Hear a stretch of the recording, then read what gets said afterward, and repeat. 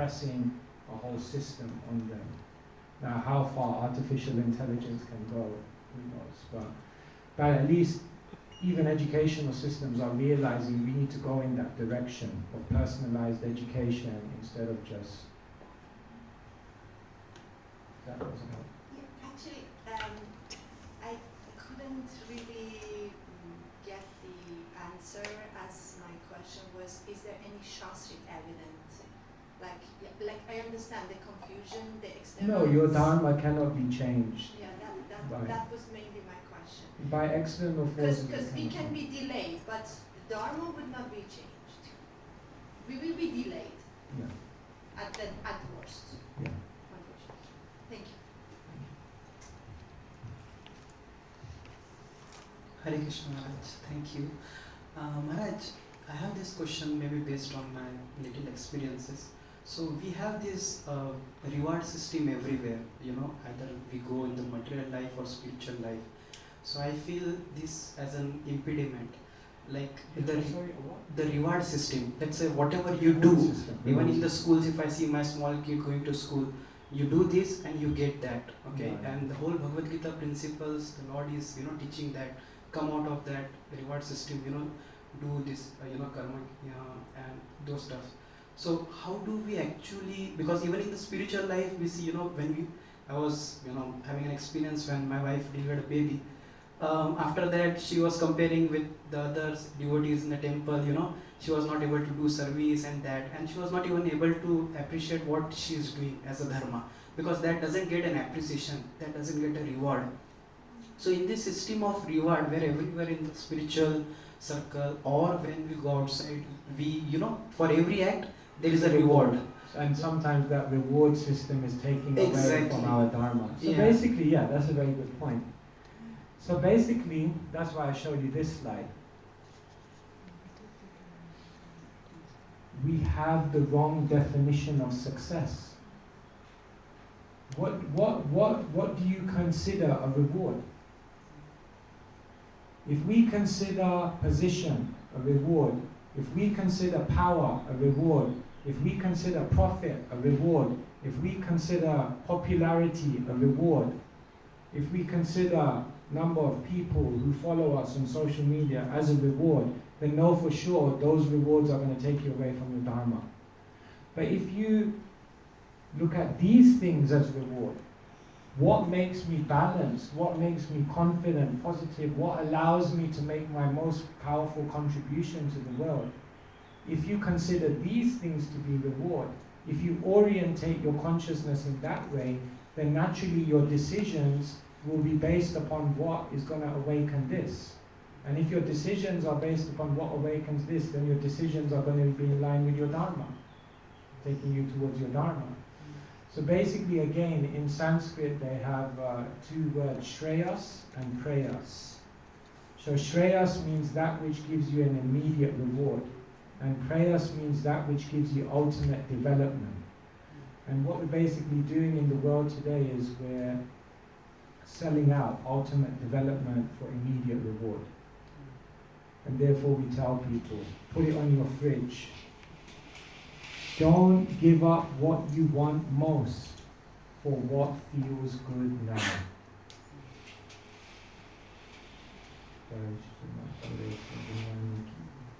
What feels good now is money.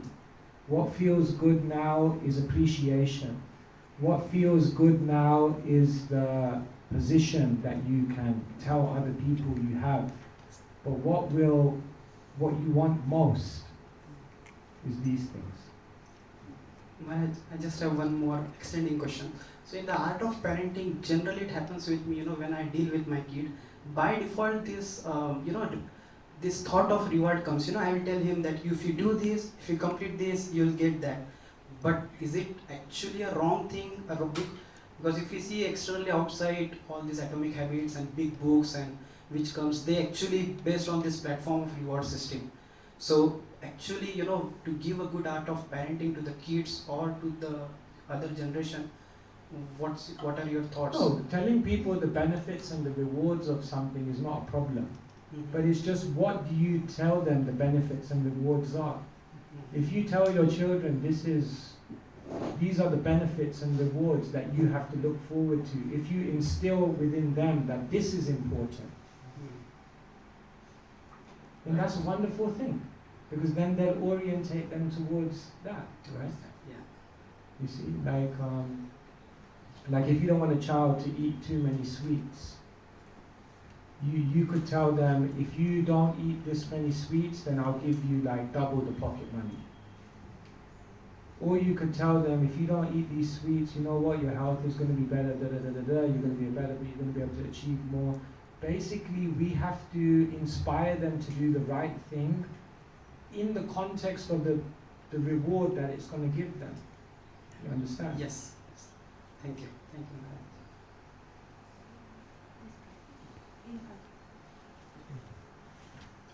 Just to say also, I am no authority on parenting.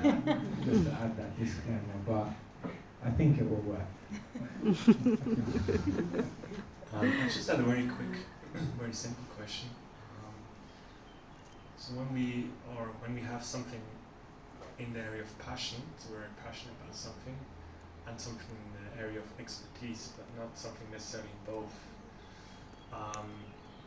I mean, it's a very simple question. Where should we dig more into, or like how do we kind of start to combine them or find the middle ground? So if you imagine two circles, one is the things you're good at, and the other circle is the things you really like to do. And generally we say the intersection is your dharma, but then what do you do about all these other things that are not in the intersection? Right? Yeah, that's the basic question. I think it's very clear what's in the passion section and what's in the expertise section, but it's very unclear what's in the middle section. Like that. Okay. No, but why is that more unclear? Like the things, if you can identify what you're good at, and if you can identify what you like, then why wouldn't you be able to identify what you're good at and you like? If you can individually identify them, then you should be able to identify things that tick both boxes, right? Well, there seems not Or to be you something which ticks both boxes as of now. Oh, okay. But then that you have to go on the journey, right? Ask, analyze, and so on and so forth. But one thing I would say is also sometimes you may have an expertise, but we may see that expertise in a very narrow way. And therefore you may feel, no, this expertise, I don't really feel a passion for it. I'm good at it, but I don't really feel a passion for it. But sometimes within expertise, what you can do is broaden your vision of how that expertise can be used. And when you broaden your vision of how that expertise can be used, then you find within that broader definition, there is something that you can do with that expertise that fulfills your passion. Does it make sense? So you can do that. So sometimes it requires one to also broaden their horizon. Or sometimes there might be something that you're really inspired to do, that you're really attracted to doing, like a passion you have. But again, you're seeing it in a very narrow way. Like say, for example, someone says like, I really like that motivational speaker. I really would like to be a motivational speaker, but I have no oratory skills. Someone may feel like that. I have a passion, but I don't have an expertise for it. But what we encourage them to do is look behind it and try to go to a deeper understanding of why that motivation or the idea of being a motivational speaker inspires you. Maybe it's not so much about being a motivational speaker, but maybe it's more about just being able to inspire people. Now when you bring it down to that, my passion is that I want to inspire and empower people, then you're maybe much more likely to find an expertise that matches with that passion. You see what I'm saying? Because you've broadened your understanding of what your passion is. Does that make sense? So like that. Thank you.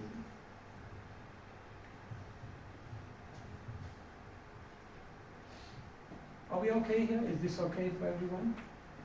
I'm thinking like, is it good to like take a break in between? You can stand up, breathe, and then we can maybe come round back for another like half an hour. Yeah. If in the middle anyone, like, it also gives an opportunity for anyone to run out without being embarrassed. No, but if you need to also do some other things. So I see hands, so how shall we do it? Shall we take a couple more questions and then take a break? Because the time now is 11:35. Yeah,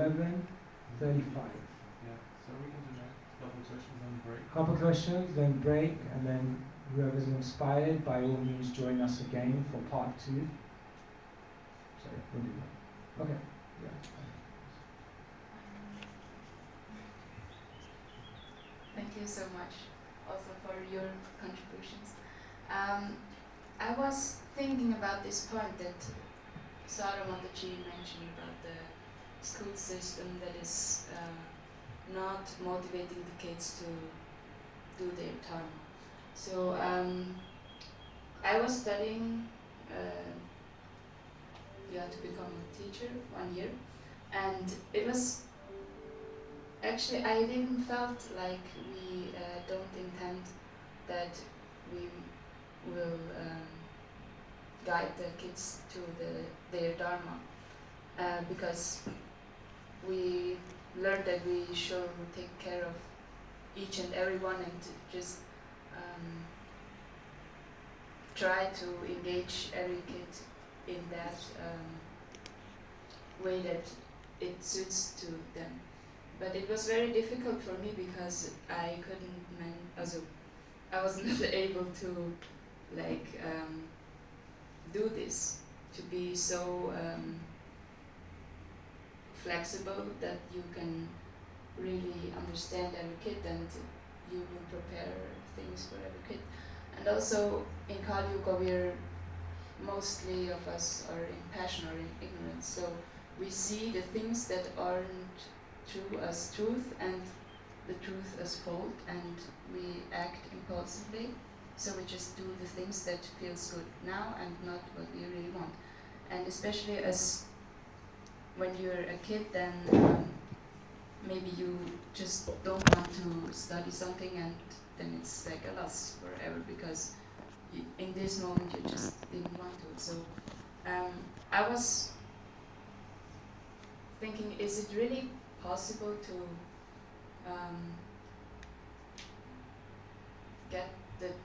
get to this point that we can educate people to become the best version of us, a version of themselves, when we're still in this materialistic world? Because as I think it's better if like a guru have a couple of disciples, right? Very few, then he could be really specific and individual.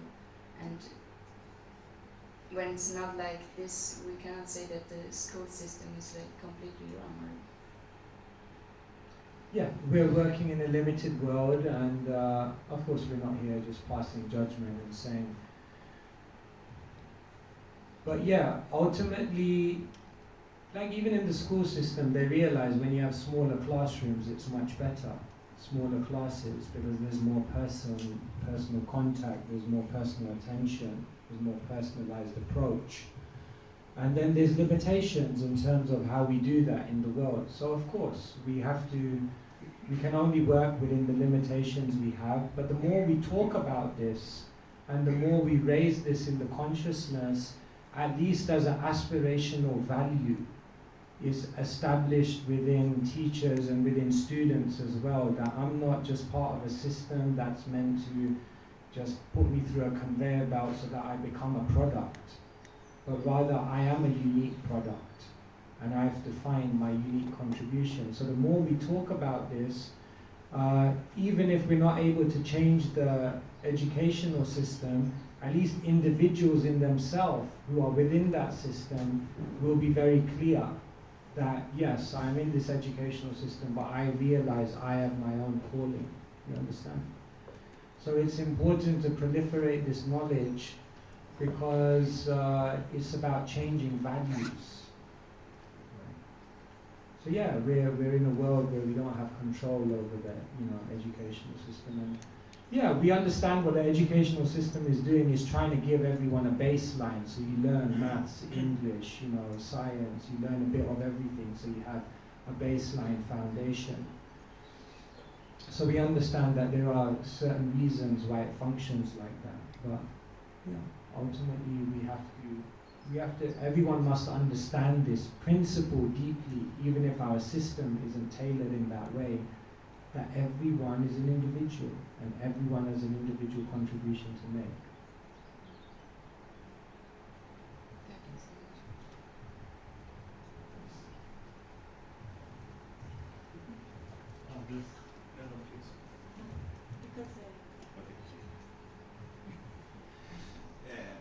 Is there truly unselfish contribution, or do we subconsciously do it because we get satisfaction? So it's actually a selfish behavior. Yes. Really good question. Is there any true selflessness in this world? Because it even seems often when we do a so-called selfless act, there's still some amount of, even if it's not a material reward, some amount of I feel good about myself, So yes, we can say there's a continuum from selfishness to selflessness. So selfishness is selfishness in one's actions and one's motivations. Right? Does that make sense? Yeah. And then as you move along this continuum, then what happens is there's selflessness, there's selfishness in one's intention, but there's selflessness in one's acts. But when you move along that continuum even more, and you deeply spiritually connect yourself, and you realize yourself to be an instrument of divinity, then you don't just have selfless acts, but you also have selfless motivation as well. Because your only objective is to express love. Thank you. So there's basically a continuum there, right? Selfish acts and selfish intentions. Selfish intentions, but at least selfless acts to try to culture more of a selflessness in motivation. And eventually when there's divine connection, because one is invested with love from their divine connection. You see, it's like if you think of divine connection as a vertical relationship and service as a horizontal relationship here, then what happens is when you're drawing love from connection with divinity, then all you're needing to do here is redistribute that love. But when you're not drawing that love from divine connection, then in your relationships in this world, there will always be some level of exchange, because one has not become fulfilled, one has not become complete. So once we become complete through deep spirituality and deep spiritual connection, then one can give without any sense of, because their giving is a sharing of love. And I think we have glimpses of that. Like, it's not that that is such a utopian concept that we have glimpses of that when we truly do something like without any expectation. You're going to say, yeah, but you still feel good about it. But sometimes in that moment, you're not doing it with a conscious thought that now let me do this because I'm going to feel good about it. The feeling good about it is just something that just comes. But the first thought is let me do it. And then the second thought is, oh, I actually feel quite good by doing that. But the first thought is let me serve. You see, so there's a difference. There's a difference between if I say like, remember your name? Your name? George. George, yeah. There's a difference when I say, if I'm like, oh, George is there, let me, if I do something for him, if I do this for him, then I'm going to feel really good, and then I do it for you. And there's a difference between when I come in front of you and I'm just like, let me do it. And then later on I realize, oh wow, that was really nice. So service, in deep spirituality, service becomes the first consideration. And the feeling and the happiness which naturally comes from that is just a concomitant consequence that you gladly accept. But it's not the driving force. But in the beginning, while we're not on that level of spirituality, it may be the impetus. Or what I was trying, or my doubt was, what if subconsciously, because when I grew up, Yeah. That so can also be subconsciously I do it, because my first because you've thought done it is, so many times before, Yes. and you've got that feeling, you're just drawn towards doing it it's a again. habit. Yeah, that could also be true. But in deep spirituality, we understand that the service is the reward. The opportunity to serve is the reward. It's hard to conceive of, no? So thank you very much. Yes. We're going to have a break now, and then in the second part we will start with Sarah's question. We also have and we have one online question as well. So Okay, sure. Yeah, so we can stretch your legs and I don't know if 10 minutes break. Okay. Thank you. if you can join us, you're welcome. Thank you so much. 10 minutes. 10 minutes.